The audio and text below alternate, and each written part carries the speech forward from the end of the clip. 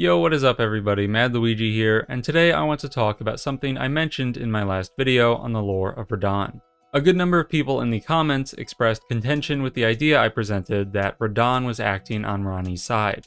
So I want to spend a little time looking solely at that and presenting my theory in more detail. I think a closer examination will reveal an even stronger case of an affable relationship between the mightiest demigod and his older sister. One of the main things I saw in many of the comments that was used as evidence of Radahn acting against Ranni was the supposed fact that Radahn loved the Golden Order, which I think is unsupported.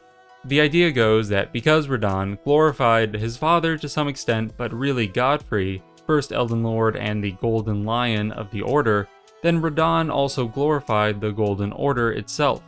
But this misses the point of Radahn's affinity for Godfrey. Radahn is shown many times to take pride in battle and war. He liked the heroic implications of the red hair he inherited from his father, and saw himself as following in the footsteps of Godfrey in being the lord of the battlefield's lion. These idealizations show Radahn soying out not over the Order, despite his father and Godfrey's strong connections to it, but to the glory of two god-tier warriors. Radahn seeks out and enjoys battle. He is never shown prioritizing something related to the Order over this theme. And if he is the one fighting Morgott in the opening slide, then we have an example of Radahn essentially going against the Order, or what's left of it at least, by attacking the capital city. This connection may be tenuous as the Golden Order was in shambles after the Shattering, but at the least, it certainly does not lend credit to the idea that Radahn was a big follower or fanatic of the Order. Another piece of evidence against my theory of Team Radahn-Ranni is the description of the telescope, which states, "During the age of the Erd Tree, Carian astrology withered on the vine. The fate once writ in the night skies had been fettered by the Golden Order." This could be read as Radahn acting as an agent of the Order by holding back the stars and halting any Carian fate, but I think that's a weak reading. Radahn himself was part of the Carian line, and practiced space-based sorcery. It is unlikely that he would actively wither away this tradition and source of power. Yes, he uses the gravity sorcery of the Alabaster Lords and not the more Carian glintstone magic, but his love of battle still makes me think that this is unlikely. Plus, taking both sentences of the description together makes me think this is a more broad point of lore. Instead of being about Radahn holding back the stars, I'm inclined to read this as the influence of the Erd Tree pushing out the influence of anything else, such as the stars which the Carians had studied and drawn power from since before the Erd Tree's age. This seems to tie into the broader theme of Erd Tree supremacy by the Order, as opposed to the single actions of one demigod who isn't even a confirmed follower of the Order. And this video isn't just going to be me on the back foot. There's some more context that didn't make it into my Radahn video that I think supports the idea of Radahn and Ranni having some amicable understanding. A lot of this comes from the connection between their second-in-commands. Blacksmith Iji for Ranni and Witch Hunter Jaren for Radahn. Iji is Ranni's war counselor and used to serve Carian royals. Jaren used to be a wanderer before spending time as a guest of the Carian royals and then becoming Radahn's guest commander.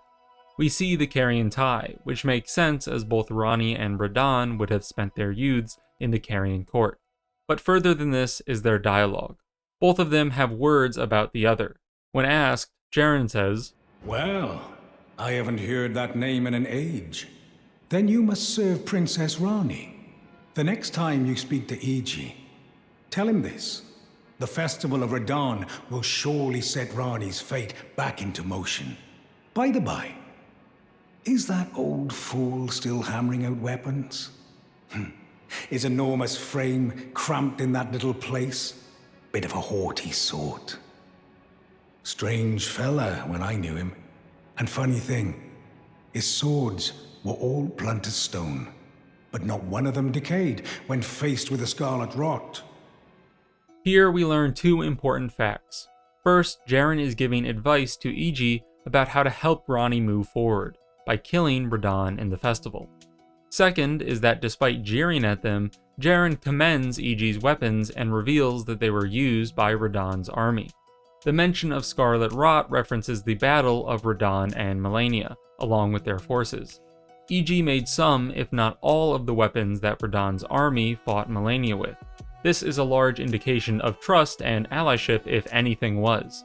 EG was a core component of Radahn's armed forces, highlighting a link between Ranni's side and Radahn's. And I think this casts doubt on a notion I saw people making in comments previously, that Ranni coordinated with Melania to attack Radahn. Why would she coordinate an attack and then supply the other side with arms? Yes, Ranni could be a Giga Chad manipulator making everybody else fight each other and sowing chaos, but then we are really stretching to make a conspiracy fit. We don't have any further direct or indirect evidence of this kind of thing. What we know for certain is that Ranni aided Radahn in a big way. Jaren is thankful for this aid and wants to help Ranni. His mentioning of how to progress her fate indicates some level of Radahn's holding back the stars, not having a huge goal of stopping Ranni. Jaren is bound and wants to give Radahn a good warrior's death, and is happy to help Ranni at the same time. If Radahn was holding back the stars to get in Ranni's way, then Jaren likely wouldn't be so forthcoming with information which would aid Ranni. Here he is clearly showing himself to be somewhat, at least, on Ranni's side, so a natural follow-up would be that Radahn was also on Ranni's side, or at least wasn't actively trying to mess with her or her plans. So that's Jaren's side. If we head over to EG, we can hear him say, Jaren. Now that's a name I haven't heard for a while. Before taking up the banner of General Radahn, he was a guest of the Carian royal family. An expert swordsman, to be sure. But ever eccentric. No surprise he'd get wrapped up in some festival. Oh no. Wait. How did I not see it before? I ought to retire as war counselor for such a gross oversight. Let me explain. The fate of the Carian royal family is guided by the stars, as is the fate of Lady Ranni, first heir in the Carian royal line.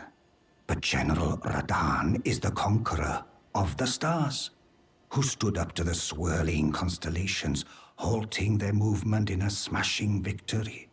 And so, if General Radahn were defeated, the stars would once again resume their movement, as would Lady Ranni's destiny, perhaps even revealing the elusive path that leads to Nokron.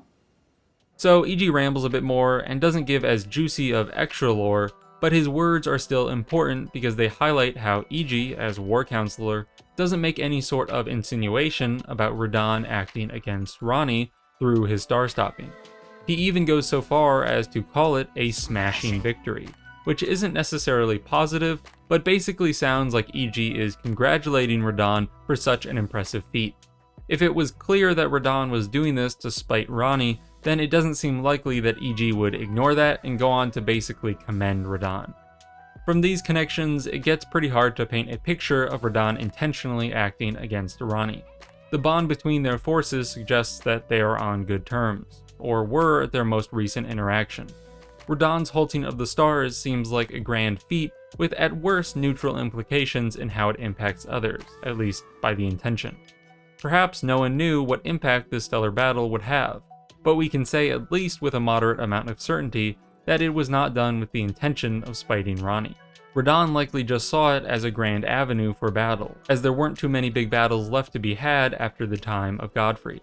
And because he did it when he was young, it would have been hard for Radahn to then, later on, go get help from EG when fighting Melania, if the Star Conquest did intentionally mess with EG's master's plan.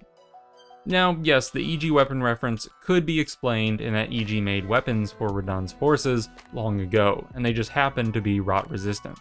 But the strong theme of camaraderie and bond between EG and Jaren would imply that it would be more reasonable to read the situation as EG providing aid in that more recent conflict.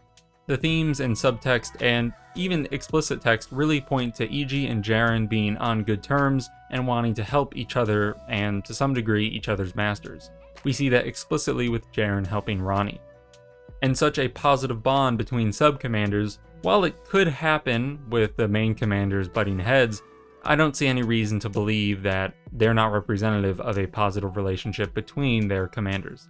So with all of that presented, I think Ranni and Radahn are very likely chill with each other, if not working together in some degree. So what do you think? Is my lore theory convincing? Let me know in the comments your thoughts on the matter and any of these other pieces of lore. Today I just wanted to delve a little bit more into this, so that will be it for this video.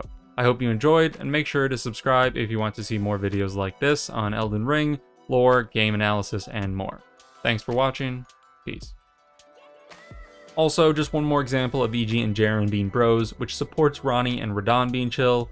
After we defeat Radahn, Iji will say, Now the festival is over, and General Radahn is defeated. Jaren's duties are finally fulfilled. Though we served different masters, I could see he was truly adept in his role. Now the time has come to remind him of an old promise made. With the stars of fate set into motion, a certain sorceress is dispossessed of her immortality.